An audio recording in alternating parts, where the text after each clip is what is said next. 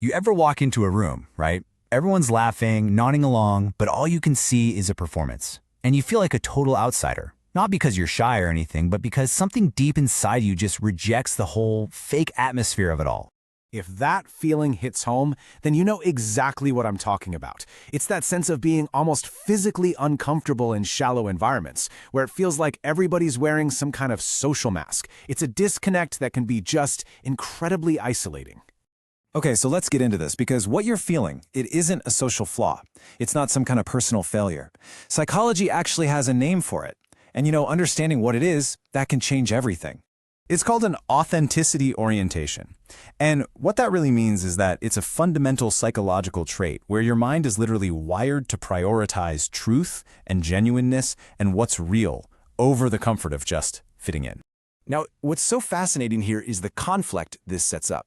I mean, for a lot of people, belonging is the ultimate goal, right? But for someone with a high authenticity orientation, the need for truth, well, that's non-negotiable, even if it means you end up standing alone. So how do you know if this is actually you? This isn't about being difficult or antisocial. Nope. It's about a very, very specific way of processing the world around you. So let's explore the 8 signs that you might just carry this silent debt. All right, let's break them down. Just see how many of these feel like they're describing your own inner world. First up, you see right through the act. Doesn't matter if it's forced laughter or someone putting on a front to fit in, you spot it immediately. Psychologists call this high social perception. The problem? Well, once you see the truth, you can't unsee it, and your refusal to play along can make other people really uncomfortable, and they often mistake your honesty for arrogance. Second, small talk just feels like a chore. It's almost physically painful. This is because your brain lacks what's called high social reward sensitivity. You just don't get that little buzz from gossip or chasing trends. You crave substance. You'd way rather have one deeply meaningful conversation than 100 empty ones. And this illustrates the third sign perfectly. You think in layers. See, most people see cause and effect. You see the why behind the what. You're constantly engaging in what's called metacognition, analyzing not just the situation, but your own thinking about it. You're basically playing mental chess while everyone else is playing checkers. The fourth sign is this powerful, almost defensive self-reliance. You've learned to handle your problems on your own, probably the hard way, because your self-worth just doesn't depend on what other people think. But here's the catch. Human connection really thrives on vulnerability. Your independence can sometimes leave no room for others to feel needed, which is often why you end up walking alone. So the crucial point for number 5 is that you don't follow the crowd just to blend in. And this isn't about being a rebel for the sake of it. It's about independent thinking. You weigh the logic of a situation before you go along with it. This earns you this quiet respect, for sure, but it gets in the way of that sameness that most people use to bond with each other. Let's move to number 6, because this one gets misunderstood all the time. Your silence isn't shyness, it's mental editing. You have what's called a reflective personality structure. You observe, you listen, and you process everything internally. So when you do speak, it's because you want your words to be precise, to have weight, to hit deeper.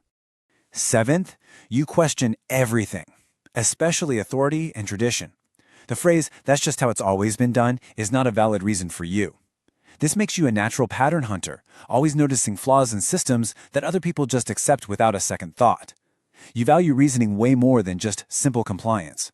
And finally, number 8, you are genuinely, truly comfortable being alone. For so many people, silence is scary, but for you, it's a sanctuary. It's where you recharge. Psychologically, this is a sign of high self-integration. You've figured out that being alone is far, far better than being with people who force you to be a watered-down version of yourself.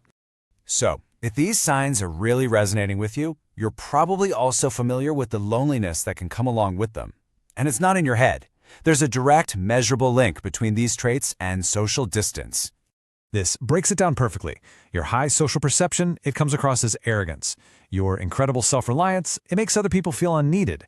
Your low social conformity, it blocks that easy, simple path to bonding. It's not that you're pushing people away, it's that the very nature of your depth creates distance. Okay, but here it is.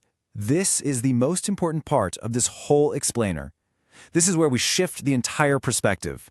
Because this trait, it is not a weakness to be fixed. It is a power to be understood.